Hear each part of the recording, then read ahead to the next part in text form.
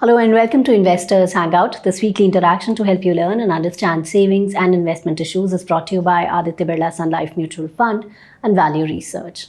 Now, in today's session, we're tackling a very pressing question on every investor's mind.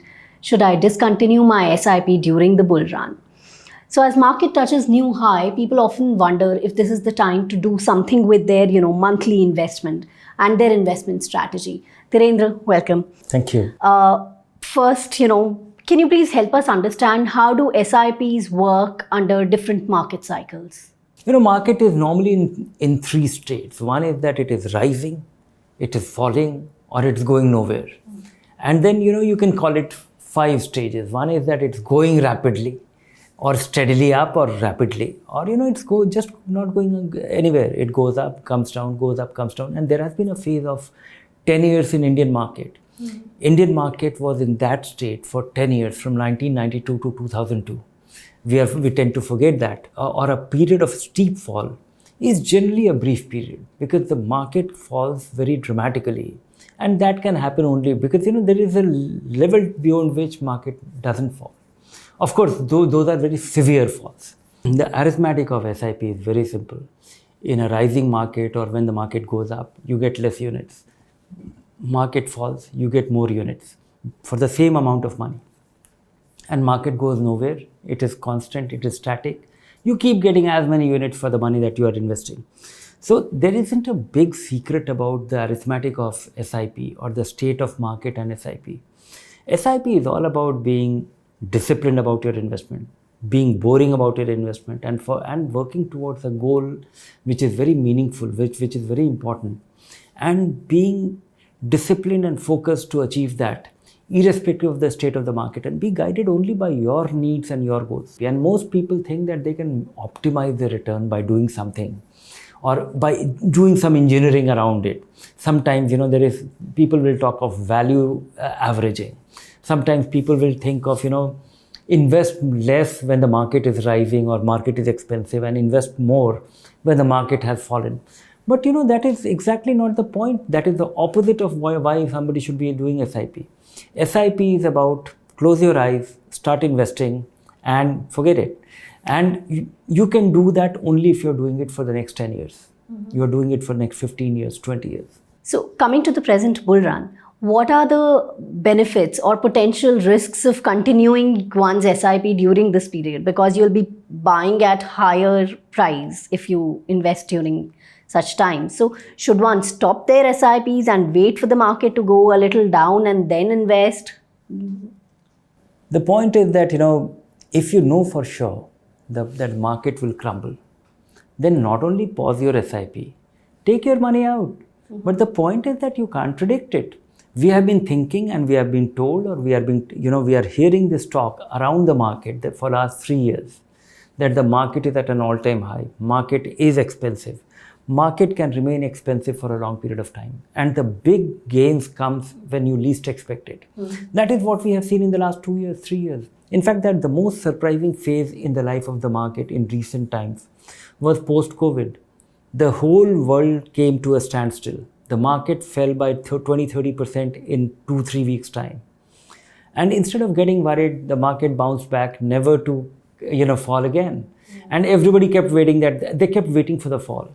They kept waiting for the fall, and the businesses came to a standstill. There were businesses which closed down for nearly a year. Their customers disappeared. They stopped traveling. Whether think of hotel, think of airline, they came to a standstill, and not for a day, not for 2 days, not for 5 days. There wasn't a strike. Things came to a standstill and then got activated again. And we never got an opportunity to make a entry at the lower level. So the point is that do your SIP. Don't mess with your SIP. If at all you have to do something with your asset allocation. That has nothing to do with the state of the market. That has something to do with that, you have been investing for 2 years, 3 years, 5 years, 10 years, and 15 years, and now you have something sizable. And all your money is in equity. And you are getting closer to your goal. In 5-7 years' time, you'll retire. Maybe start, gradually putting, say, if you're going to retire in 5 years' time, and you need a part of your money to be little conservatively, designed or structured. If you choose to have 25% of your money in fixed income, then make sure that 5% of your money is getting into fixed income every year. So in 5 years' time, you will be able to, just the way you are doing your SIP, you are taking money out from equity and putting money into fixed income, or your incremental money can start going into fixed income plus some withdrawal from your overall corpus. That is how you will be able to take care of your, you will be able to realign your asset allocation. You will be able to de-risk yourself from any big market collapse. If any market collapse happens, then you will be able to capitalize on that opportunity, because you will be able to do that 75-25 once again, and be methodical about it. The whole point is that be boring, be methodical, and that's the simplest secret of succeeding with your investments and market-linked investment.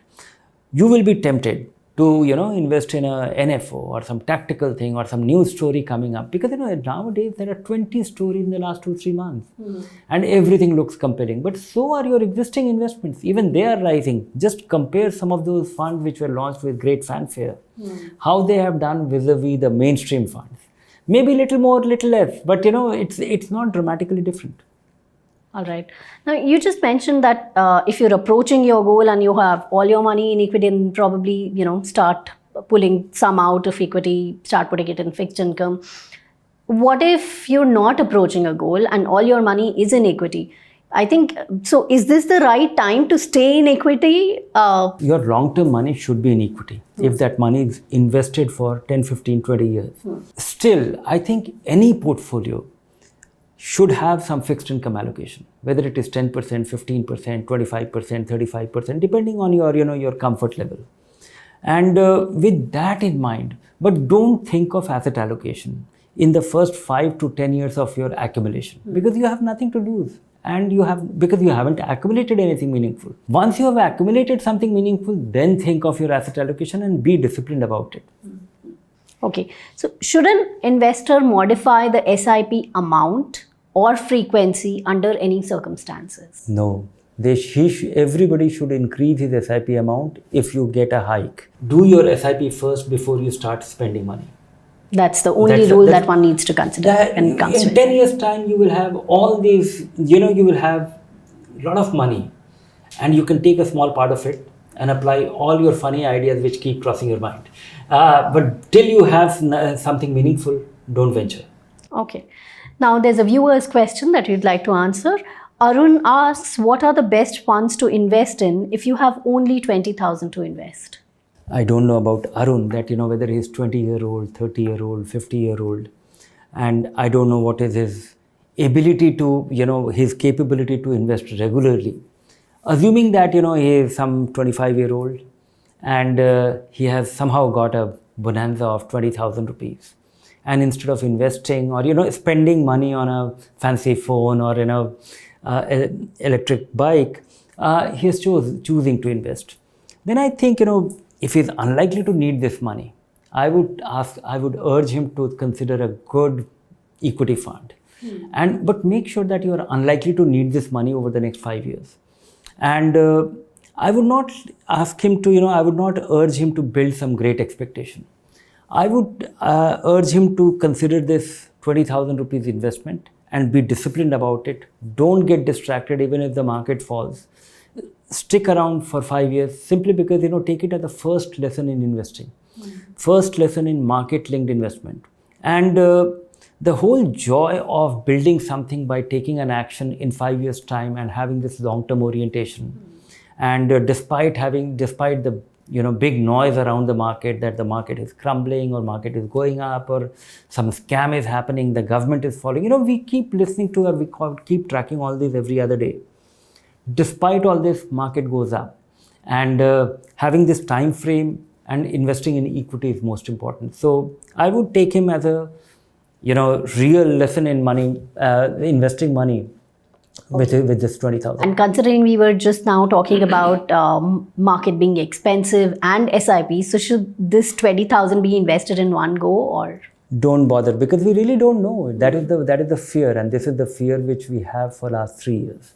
And if we would have, if we were fearful, we would have lost the whole movement of the market from 40,000 to 80,000. Doubling of the market, and we are fearful. We are in a state of fear. So he should go ahead and invest in a good equity fund for 5 years and not look back.